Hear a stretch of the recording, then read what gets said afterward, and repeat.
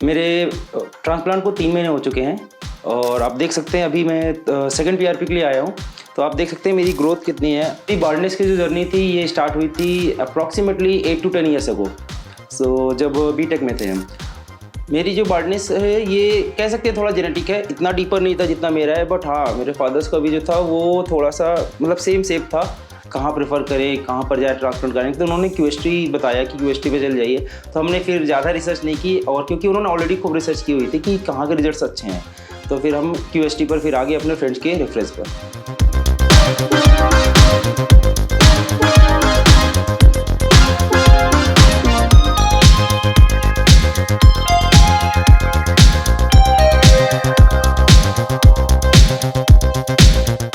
I am Prakash Kasarwani, I am 29 year old.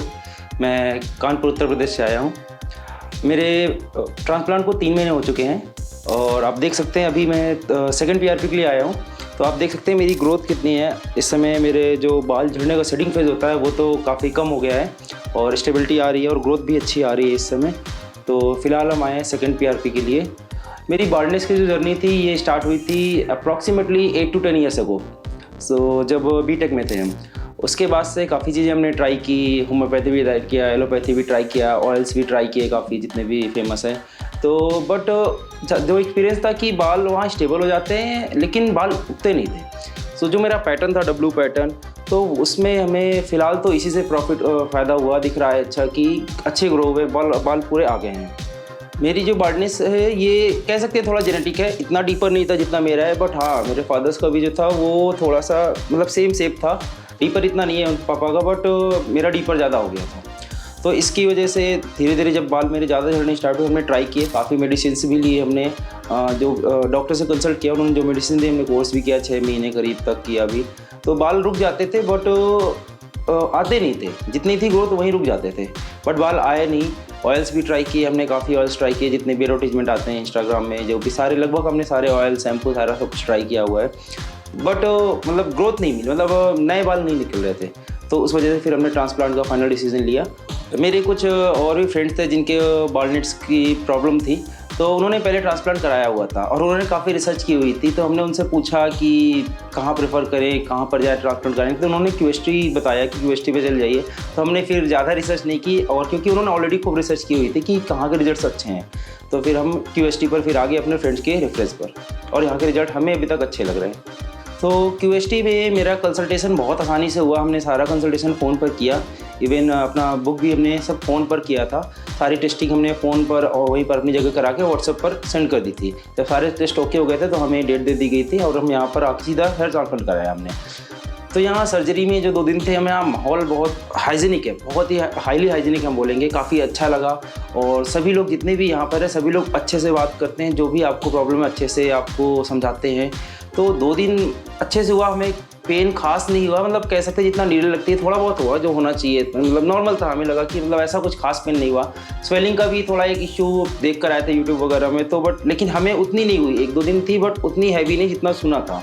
और जो side effect जितने ज़्यादा सुने थे, ऐसा कुछ मेरे ऊपर साइड इफ़ेक्ट नहीं हुए, मतलब नॉर्मल जरूरी थी मेरी। आने वाले 5-6 दिन हमने बहुत अच्छे से प्रिकॉशन जितना भी बताए गए थे हमें, जो भी प्रिकॉशंस उसको हमने फॉलो किया और ऐसा कोई खास प्रॉब्लम हुई नहीं।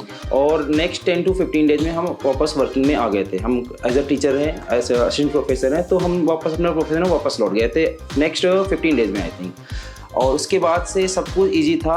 मेरी कंसल्टेशन फ़ोन के थ्रू चलती रहती थी। एक बार हम फर्स्ट मंथ में पीआरपी के लिए आए and this is my second PRP. सबसे पहले बात करें अगर जो ग्राफ्ट निकाले गए थे पीछे से, उसकी हीलिंग अच्छा कुछ खास फ़र्क नहीं पड़ा। लग रहा था कि प्रॉब्लम होगी। 2 से 3 दिन में पहले तो थोड़ा सा नॉर्मल लगा, 2 से 3 दिन में लगा कि नहीं नॉर्मल है, और आई थिंक 7 to 8 डेज बाद पूरा ही नॉर्मल हो गया था। लगा ही नहीं कि यहाँ से कुछ बाल निकले या कुछ घाव इतने हैवी हैं। और 15 दिन बाद तो उसमें बाल आने भी शुरू हो गए और सब कुछ नॉर्मल, पीछे के बाल बिल्कुल 15 दिन बाद बिल्कुल ओके हो चुके थे मेरे। और अगर बात करें सेटिंग फेज़ की, तो सेटिंग फेज़ के बारे में बताया गया था हमें कि 1 मंथ से स्टार्ट होकर 3 मंथ तक चलता है, और ऐसा ही हुआ कुछ मेरे साथ। 1 मंथ से स्टार्ट हो गया था सेटिंग फेज़ और मेरा तो इवन जितना हमने सुना था लोगों का सेटिंग होता है और जितना हमने यूट्यूब में देखा है चैनल में कि सेटिंग पूरा हो जाता है 100% 90% तक सेटिंग फेल हुआ है, मेरा हमें ऐसा फील नहीं हुआ। हमें लगा आई थिंक 30 to 40% मेरा सेट हुआ केवल। और अच्छे आप देख सकते हैं कि 3 मंथ हुए हैं अभी और मेरे पास काफ़ी अच्छे हैं यहाँ पर, मतलब सेटिंग ज़्यादा नहीं हुई आई थिंक हमें जितना हमने यूट्यूब में देखा और जितना लोगों से सुना। तो अभी 3 महीने हुए, अभी तक हमें लगा 40% आई थिंक सेटिंग हुई है मेरी, और इससे ज़्यादा नहीं। देखते हैं आगे सेटिंग होती है या 3 मंथ हो गया तो ये सेटिंग फेज कंप्लीट हो गया, let's see. So overall experience with the QST was very good. काफ़ी ईजी था, ज़्यादा परेशानी है जितना हम लोग सोचते हैं एक हेयर ट्रीटमेंट लेने से पहले उतनी कोई भी परेशानी नहीं हुई। बहुत ही अच्छा एक्सपीरियंस है QST के साथ। और रिकमेंडेशन की अगर बात की जाए तो बिल्कुल रिकमेंड करेंगे, क्योंकि जैसे हमें मेरे फ्रेंड ने एक बार में बोला कि QST इज़ गुड, और एक बार हमने आया और अपना ट्रांसप्लांट कराया और सब कुछ ओके जा रहा है। So definitely I will recommend the QST, क्योंकि ये वन स्टॉप सोल्यूशन बन सकता है। आप आएंगे एक बार और सारा कुछ बहुत ही ईजिली हो जाएगा। कहीं आपको रिसर्च ज़्यादा करने की ज़रूरत नहीं है, आप कर सकते हैं इफ़ यू वांट, बट ज़्यादा रिसर्च करने की ज़रूरत नहीं है। दिस द गुड, बहुत अच्छा है QST। आपको अच्छे से केयर करते हैं, आपको फ़ोन के थ्रू प्रॉपर गाइडेंस होती रहती है, पूछते रहते हैं क्या आपको क्वेरी, एक भी क्वेरी आप पूछ सकते हैं, और सारी दवाइयों के प्रिकॉशंस वगैरह सब कुछ आपको बताते रहते हैं फ़ोन टाइम पर। प्राइस की बात करें तो हमें एज अ नॉर्मल लगा, एवरेज प्राइस है। अगर आप बाहर देखेंगे तो कम भी मिलेंगे, ज़्यादा भी मिलेंगे, हर तरह के, but price is moderate I can say. तो नॉर्मल रेंज है, आप अफोर्ड कर सकते हैं QST। हाइजीन के हिसाब से और जो ग्रोथ है, जो रिजल्ट है, इसके हिसाब से प्राइस बहुत अच्छे हैं, मतलब ज़्यादा ना महंगे और ना ही लोअर रेंज में, क्योंकि रिजल्ट आपको अच्छे चाहिए। आप ये एक बार होती है सर्जरी, बार नहीं होती।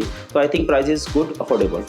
सो अभी तक का मेरा जो 3 मंथ का ग्रोथ है आप देख सकते हैं। सो मिलते हैं अब अपनी नेक्स्ट PRP में after 4 month. So see you again.